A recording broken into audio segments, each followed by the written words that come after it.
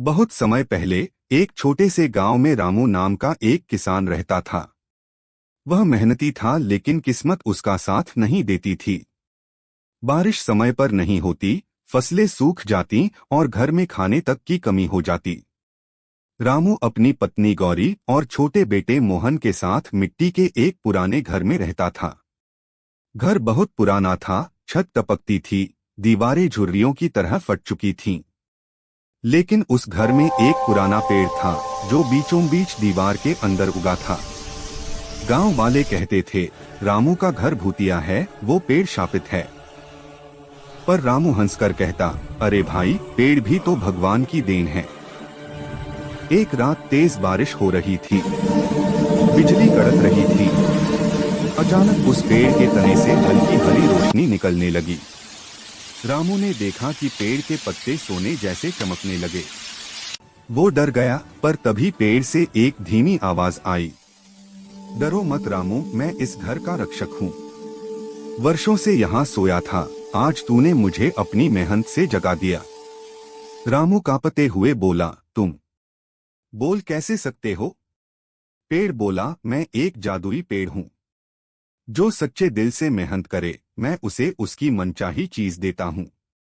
रामू को अपनी बीमार गाय की याद आई।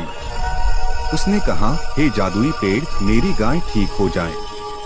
पेड़ के पत्ते हिले और अगले ही पल गाय खुश होकर रंभाने लगी। रामू और गौरी की आंखों में आंसू आ गए। उन्हें यकीन नहीं हुआ कि यह सच है। धीरे धीरे रामू की हालत सुधरने लगी। खेतों में अच्छी फसल आई, घर में खुशहाली लौट आई। लेकिन अब उसे लालच आने लगा। उसने पेड़ से और मांगना शुरू किया, थोड़ा सोना दे दे, एक नया घर बना दे। हर बार पेड़ उसकी बात मान लेता, लेकिन उसकी पत्तियां धीरे धीरे मुरझाने लगीं। रामू के पास धन देखकर गांव वाले चकित हो गए। उन्होंने उससे पूछा, भाई ये सब कैसे हुआ? रामू ने पहले छुपाया, पर एक दिन उसका दोस्त हरिया उसके घर गया और सब देख लिया। अब हरिया ने पेड़ से मांगने की कोशिश की, मुझे भी धन दो। लेकिन पेड़ ने कहा, जो सच्चे दिल से मेहनत नहीं करता, उसे मैं कुछ नहीं देता।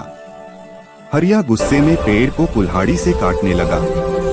जैसे ही कुल्हाड़ी पेड़ पर लगी, तेज हवाएं चलने लगी, घर की दीवारें कांपने लगी और पूरा गांव हिलने लगा। पेड़ से आवाज आई, मनुष्य लालच से अंधा हो गया है। मैं जा रहा हूँ और अपने साथ सब कुछ ले जा रहा हूँ। पेड़ की जड़ें जमीन में धंस गईं और कुछ ही पलों में वो गायब हो गया। रामू का घर फिर से खाली और साधारण हो गया। सोना, फसल सब मिट्टी बन गया। रामू घुटनों पर बैठ गया और बोला, हे पेड़, मैं भूल गया था कि सच्चा सुख मेहनत में है, चमत्कार में नहीं। अगले दिन सुबह जब सूरज निकला, पेड़ की जगह एक छोटा पौधा उगा हुआ था। रामू मुस्कराया, अब मैं इसे अपने पसीने से सींचूंगा, न कि इच्छा से। वर्षों बाद वही पौधा एक मजबूत पेड़ बन गया, जो अब भले जादुई नहीं था, लेकिन उसकी छाव में रामू और उसका परिवार सच्ची शांति से रहने लगे। कहानी की सीख, मेहनत से मिला सुख ही स्थायी होता है। लालच का फल हमेशा विनाश होता है।